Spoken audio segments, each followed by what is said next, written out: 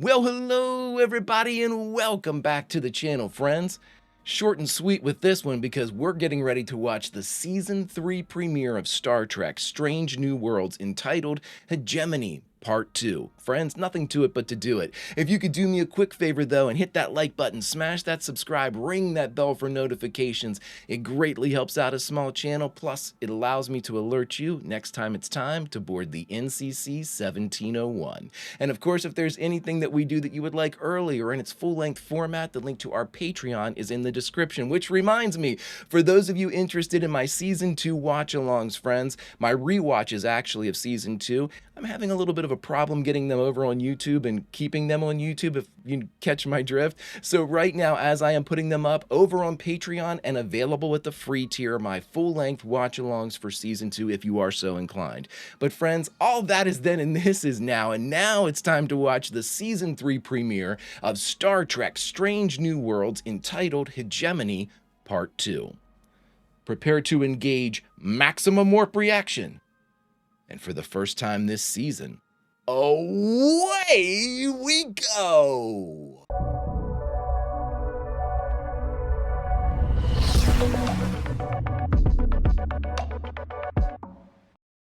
Previously on Star Trek Strange New Worlds.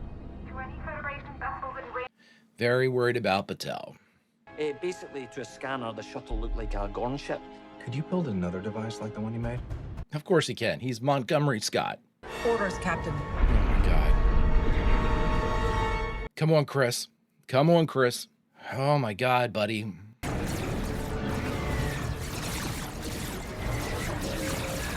Dear God. Where are our shields? Captain. Shields at 50%. Damn it. Captain. Chris, come on, man. Right, who's got ideas? Diversionary tactics. We're too boxed in. Vent the nacelles. Create a cloud. We need to be able to see. Jam their comms so they can't coordinate attacks. That's it. That's the one. Yep. This is why they showed us that previously on 2. We know how to use their, the ship-to-ship messaging. All right, now how do we... Jeez, oh, Pete. Retreat and rescue. It's the best of a bunch of bad options. So how do we track this specific ship across light years of space? Wellkite, a rare element that contains subspace gauge bosons. The Gorn would see a beacon coming from a mile away. Not if it's a torpedo. We tag him with a dud. The Gorn won't know what we're up to. That's a hell of a good idea. Shields at 30%. Son of a bitch. Energy shields work on harmonics. If we find the right frequency. We can ram the ship. Indeed. It will create a destructive interference pattern and momentarily interrupt both frequencies. Oh my God. We'd only have one shot. That's all we need. Mitchell, bring us around, head-to-head with the destroyer.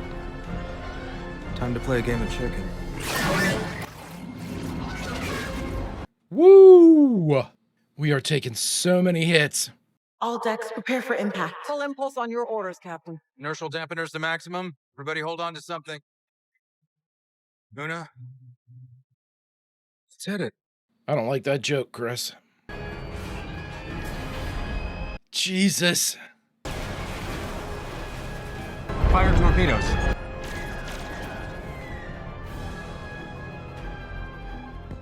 Nice, nice, nice. One live, one dud. That's... Whoa, what a move. What a move. I guess that makes sense because that ship is so big, its shield bubble would be, the sphere of the shield harmonics would be pretty substantial, enough to fly into. Oh my God, Chris is telling us about the final frontier, everybody. I knew this was going to be interesting because now you're going to have to go into what is called Gorn space, I guess, to presumably to get our people. And you're hoping that they're not infected by the time you get them. Or you learn what you can from Patel, and I got a bad feeling about her character. I think she's going to be the test subject to figure this out. Look at that beauty. All right, let's see what we have. Let's see what we have here. Captain, we've arrived at the rendezvous point. The USS Pablo Picasso is hailing to greet us. As soon as we work out this little Gorn infection, then you'll be up and around again. So this could be like a Rip Van Winkle thing for me. I see you're more as a sleeping beauty. Oh, we don't know how long she'll be down. Stasis will prevent you and the Gorn from any type of cellular growth. There's another side to the coin. I'm gonna give you a sedative now. And when you wake up, you will be Gorn-free. I don't like these promises. Oh, she knows it too. Christine knows it. Oh, Jesus. Body's rejecting the serum. The Gorn's rejecting it.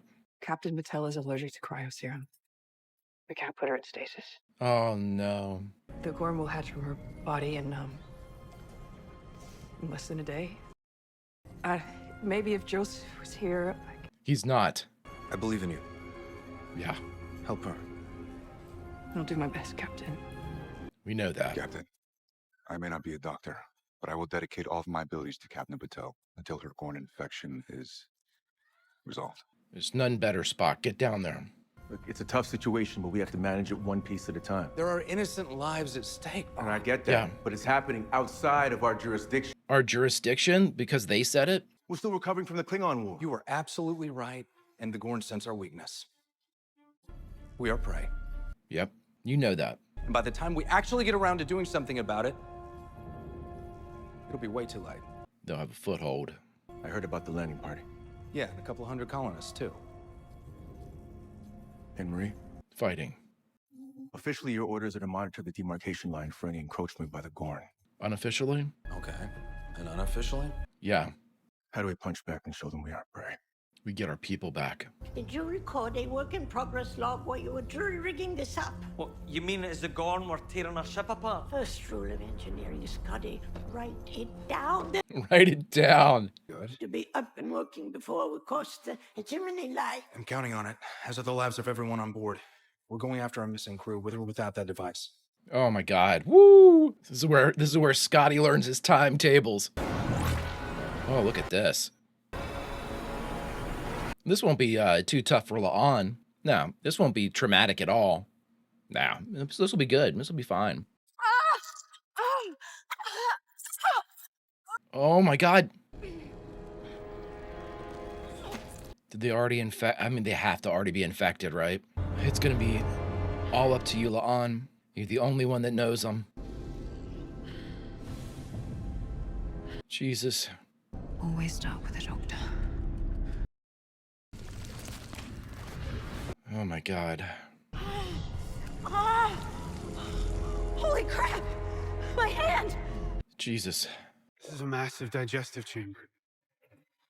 And it's working its way through, looks like a processing plant for fuel. You're just food for the Gorn. They're gonna start sending people down as soon as they start seeing things come offline too. What's on your mind, Lieutenant? Everything. This looks like an evacuation pile. Maybe whatever the ship can't process, it expels. It's a sewer? Tailpipe? Another word that I won't use right now? Weapons from a crap pile. Yes. I'll take a weapon from a crap pile. I don't want to save a handful of colonists. I want to save them all. Yeah.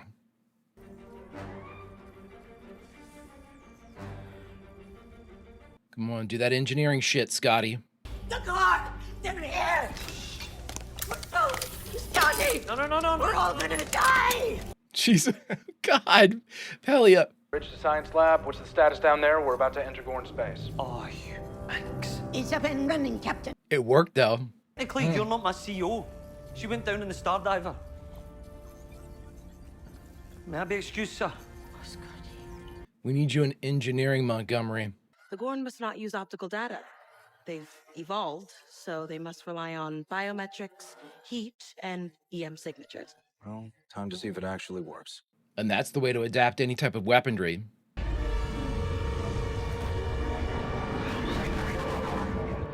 All good. Uhura, do we still have a signal from the Walkai beacon? Aye, sir. Follow it. Captain, the radiation in that system is off the charts. At a certain point, we can only use impulse engines, and our shields won't be able to protect us. Understood. We'll make it quick. Mitchell, warp factor 7. Aye, sir. He's not going to stop. Oh. Her body is now as dependent on the Gorn hatchlings as they are on her. The perfect host. Inseparable.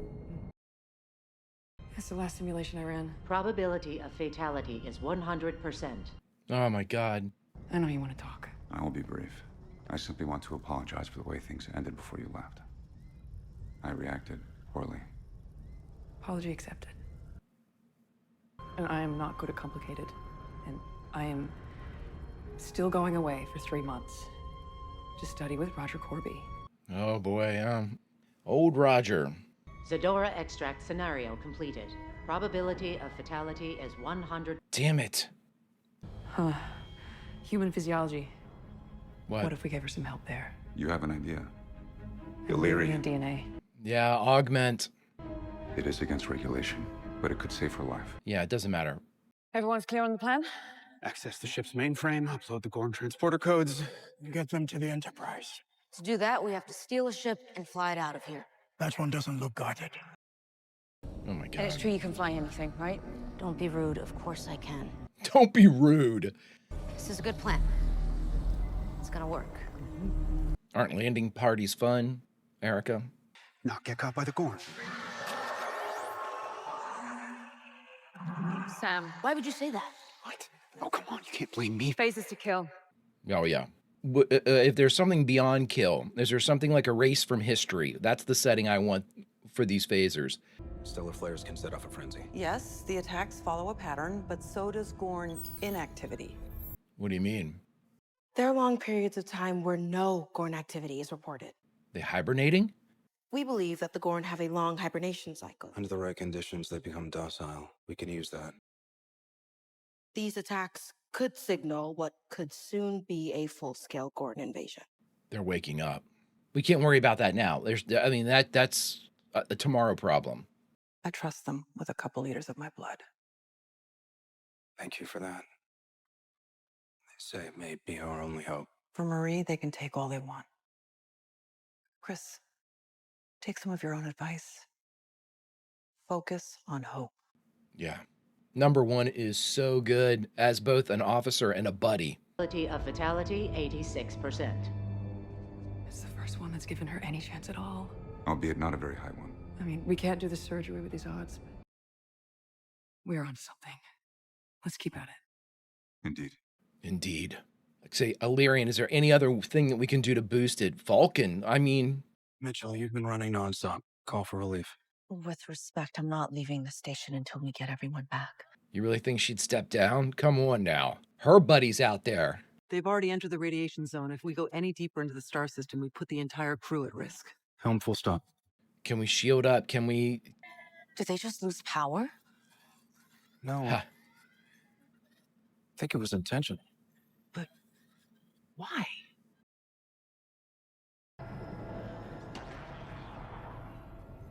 What the hell did they just do?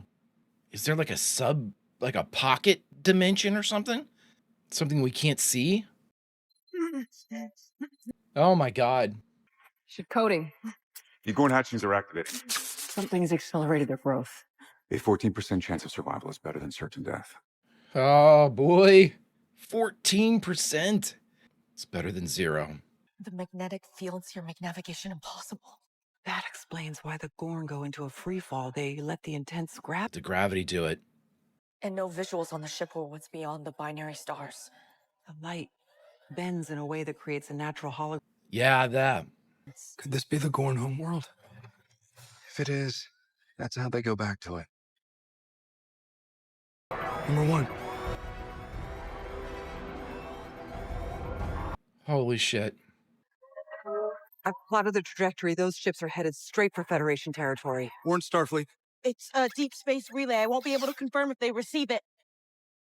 Captain, if we lose our lock on the Walkite signal, I'm not sure we can reestablish contact. We'll lose the landing party and the colonists. Jesus. We can drop a long-range communication buoy, tie a signal to it. That way we can come back for them. It won't be shielded. It won't look like Gorn. Oh my god. Oh my god. Quarantine mode. Engaged. Oh my god. Christine, you've got this. If this goes sideways, it's Belay Bader all over again. The probability of a full-scale Gorn outbreak. I really don't want to know. Yeah. Injecting patient Patel with experimental plasma solution. Oh my god. Mitchell, are we in shooting distance to the Gorn? Chris, Enterprise, against an entire armada? We're dead. We couldn't even slow him down, man. You said stellar flares can dictate a Gorn's hunting and resting cycles. Right. We even know precisely what kind of radiation signature would tell the Gorn to go to sleep. Sir, that's just a theory. It's better than anything else we have. You're basically talking about turning the ship into an artificial star. That's nearly impossible. Not impossible. Nearly impossible. Magnetize the hull to attract stellar material. Look, it's 1 in 1,000 we get it done right or don't blow ourselves up along the way. Look. Yeah, I don't know. I like those odds. 1 in 1,000? Yeah, turn it off before we blow up. Okay. All right. It's my type of crazy, Chris. All right. So what are we going to try to do? Like, transport these things out? You're not actually going to cut into her, are you? Yeah. Yeah, you are. Oh my God, please don't wake up. Please don't wake up. Wait. What? What? Perhaps we were looking at this from the wrong perspective. Instead of operating on Batel, what if we treated the Gorn inside of her? What do you mean? What if we feed them? Satiate them to keep them from coming out. And use Una's Illyrium plasma to fight the multitude of infections that will result from their reabsorption. Yes. We don't have enough time to run another simulation. Doesn't matter, you go. Oh my God, this is tense to say the least. We have like 3 incredibly tense theaters of operation right now. You're here now, not back there. Yeah, but here's not great either, is it? I suppose not. God, I love him, Benga. What have you got? Is this just power coming on, or? Those look like buffer signatures. They are. And the transport codes. If we can get this to the Enterprise, then we can save the colonists. Well, as partially digested colonists, yes. Oh my God. No, no, no. Run. We gotta... No, no, no. Oh my God. That's like a horde of them coming in.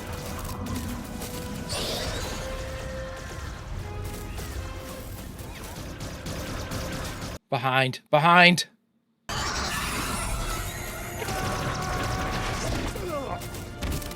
Oh, Sam.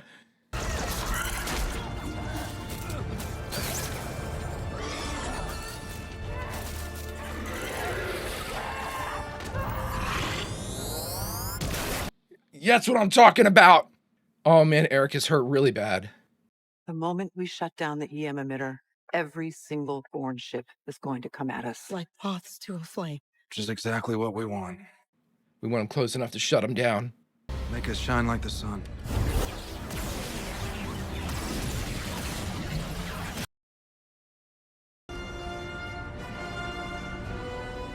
Oh, I love that shot. Really cool shots.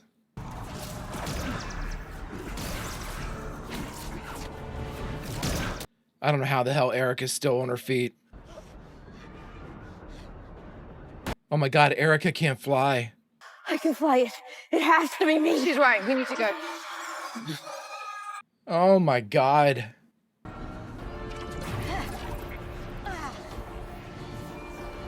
I'm not sure we got inertial dampeners, and if we do, they're not on.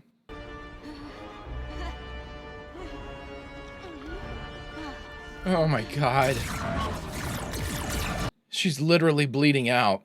We're covered in beta particles and gamma rays. This ship is hitting critical levels of radiation. What are the Gorn doing? They have broken ranks. Currently on intercept course with Enterprise. All right, so far so good. Now let's see if they shoot at us. I love this shot. This is a really cool aesthetic they're putting on here. Enterprise, are you there? Vaughn, where are you? On our way. If you can read me, I'm sending you transport codes. Beam the Parnassians out. They're gaining on us. Enterprise, do you read me? Beam the Parnassians out. I don't know if they can. Oh my God. This is insanity. Hull integrity is approaching critical failure.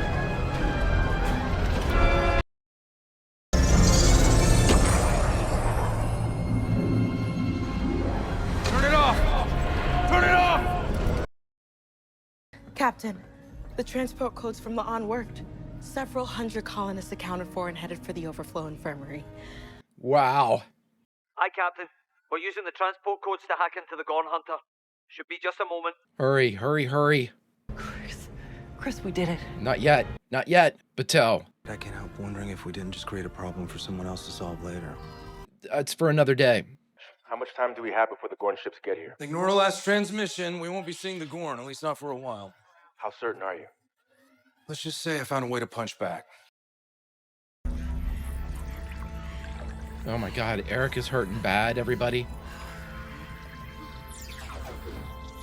Benga. I did good. Didn't I? Stop. No one else could have done it. America. What to take us?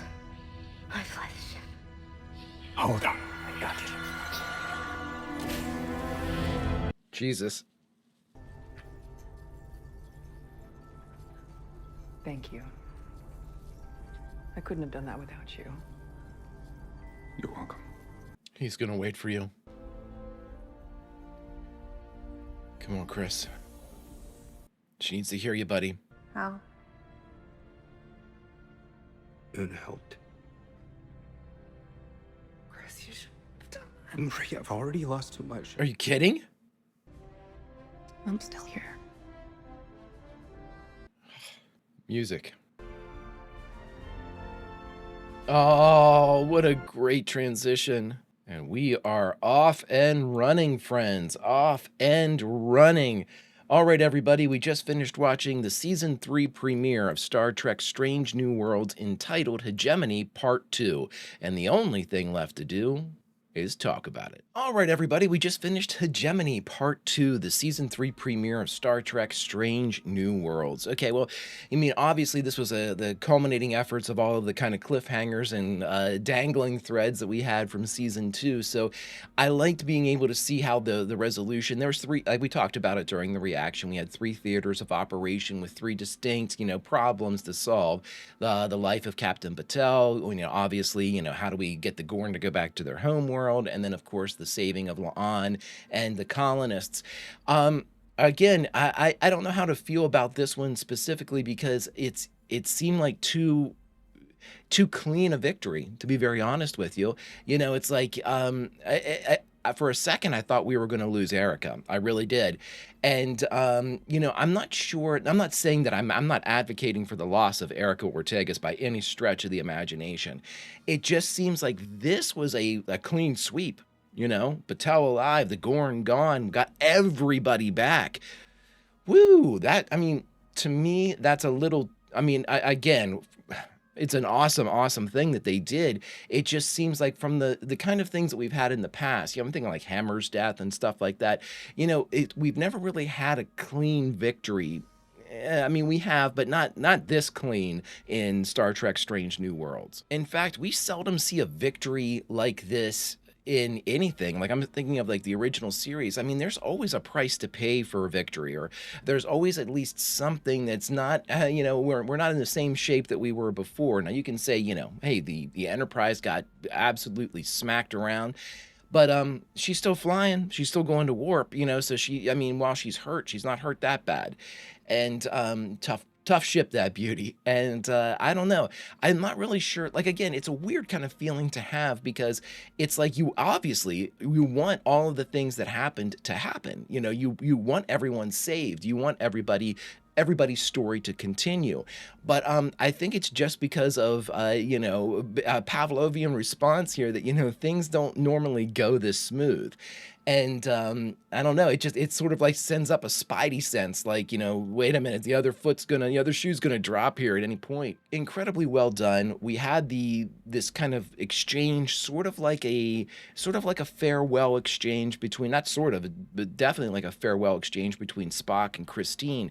And for those of us that know, Roger, who she's going away with, is somebody that will appear again in the original series, and somebody that has a very kind of profound effect, supposedly. We don't know where they're going to go with Strange New Worlds, but in the original series, Roger is a very, a prominent fixture in Christine's life, at least for what would be the next little bit. It'll be interesting to see how they develop that. But I mean, I don't want to get ahead of ourselves and into season 3 and points beyond, you know, because we know we have a season 4 and a season 5 now, which apparently we're going to be concluding at the end of season 5. We'll have to see about that. I expect there to be at least some substantial time jump from this Hegemony Part 2 to our next episode, episode 2 of season 3. And the only reason is, I mean, you're going to have one, everybody needs everybody needs fixed. Whether you're the Enterprise, Erica, you know, Battelle, everybody needs fixed. Everybody needs some downtime here, and so I would suspect we're gonna jump several months, if not longer, because you know, Christine's supposed to be gone anyway. You know, she's supposed to be, you know, for several months she'll be missing anyway. So I would think that they'll probably jump to either near her return or even just like shortly after her return, and in so doing that really kind of advance like the repairs, and we don't want to sit around and see all of that, and there's really nothing to do during all of that. And it also advances the universe beyond this kind of imminent Gorn threat that sort of directed everybody's perceptions to that. Now it's time to kind of give it a chance to breathe and then be able to look out and say, okay, so let's get back to the job of being Starfleet and the Federation. What's next? I mean, we have plenty of problems.